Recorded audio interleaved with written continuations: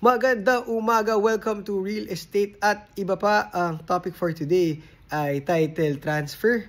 Ang title transfer ay nagaganap kapag ililipat mo na sa inyong pangalan ang inyong lupa na namana, nabili o natanggap sa isang donation at iba pang mga paraan.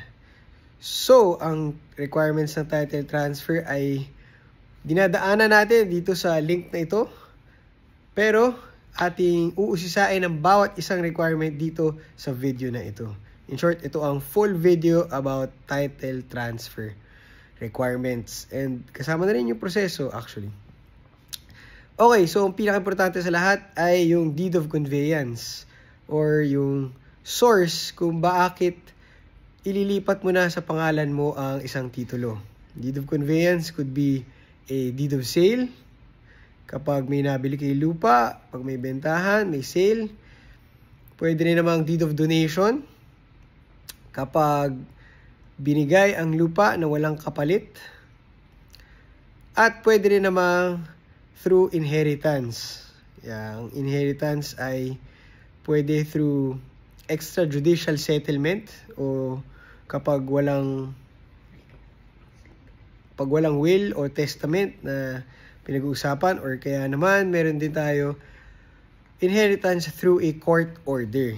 Ibig sabihin, yung korte na mismo nagsasabi ng hati-hatian ninyo sa inyong mga mana.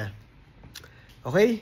Ang susunod, after ng deed of conveyance or ang pinaka-source ng inyong pagmamay-ari, pinaka-importante kasabay ng deed of conveyance ay ang titulo mismo, ang original owner's duplicate copy of title.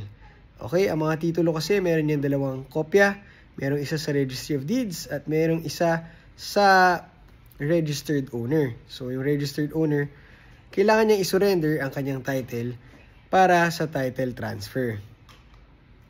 Susunod naman na requirement ay ang tax declaration. Tax declaration, yan ay nakukuha sa munisipyo or sa city hall.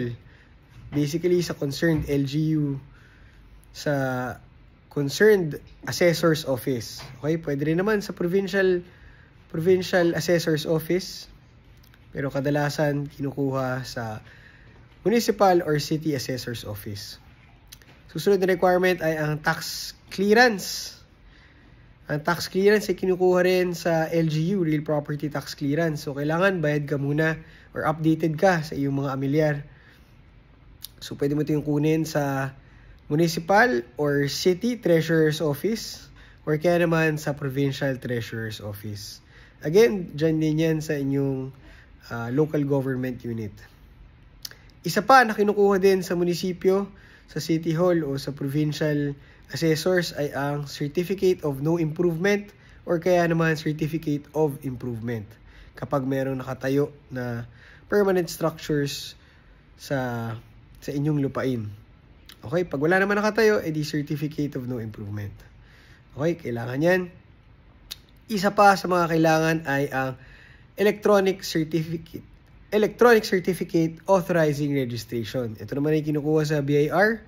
And bago siya makuha sa BIR, ang babayaran mong tax dito ay ang iyong capital gains tax kapag bentahan, expanded withholding tax kapag bentahan ng korporasyon, kapag bentahan at korporasyon ang nagmamay-ari pala,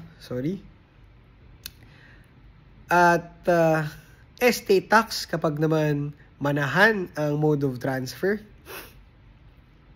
inheritance or kung anumang manahan, whether EJS yan or court order, estate tax pa rin, or kaya naman donor's tax na 6% din, kagaya ng mga nabanggit natin kanina, lahat sila 6% actually.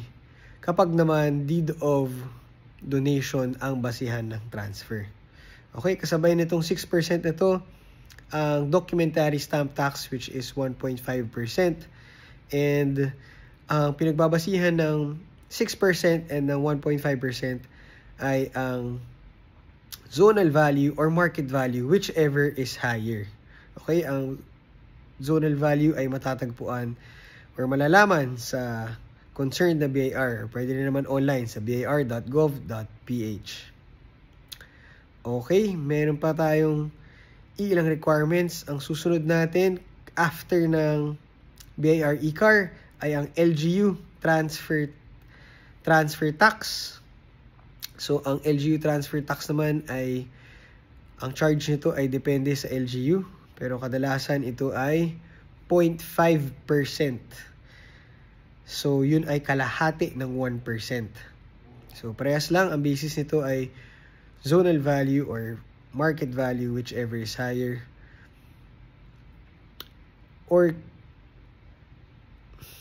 kadalasan kung ano yung nasa deed of sale. Yun ang pinagbabasihan.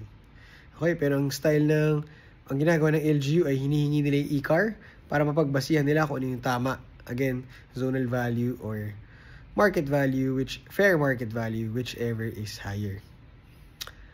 Okay, and sa mga natitirang requirements, ito ay kung sakaling kakailangan nilang.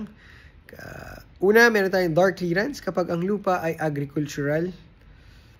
And susunod, kailangan din natin na SPA kapag naman ang naghahain o ang nagpa-file ng transfer or registration sa Registry of Deeds ay hindi ang registered owner.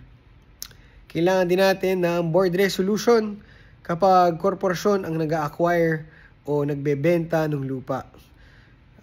Board resolution or corporate or certificate ng corporate secretary para na ino-authorize ang bentahan o ang pagbili ng lupa kapag naman korporasyon ay ang involved. Okay, so yan ang requirements natin for title transfer. Kung meron kayong katanungan, i-message nyo lamang ako and message sa comments below. Also, makikita nyo dyan ang mga links para sa mga karagdagang info sa bawat requirement. See you sa next video.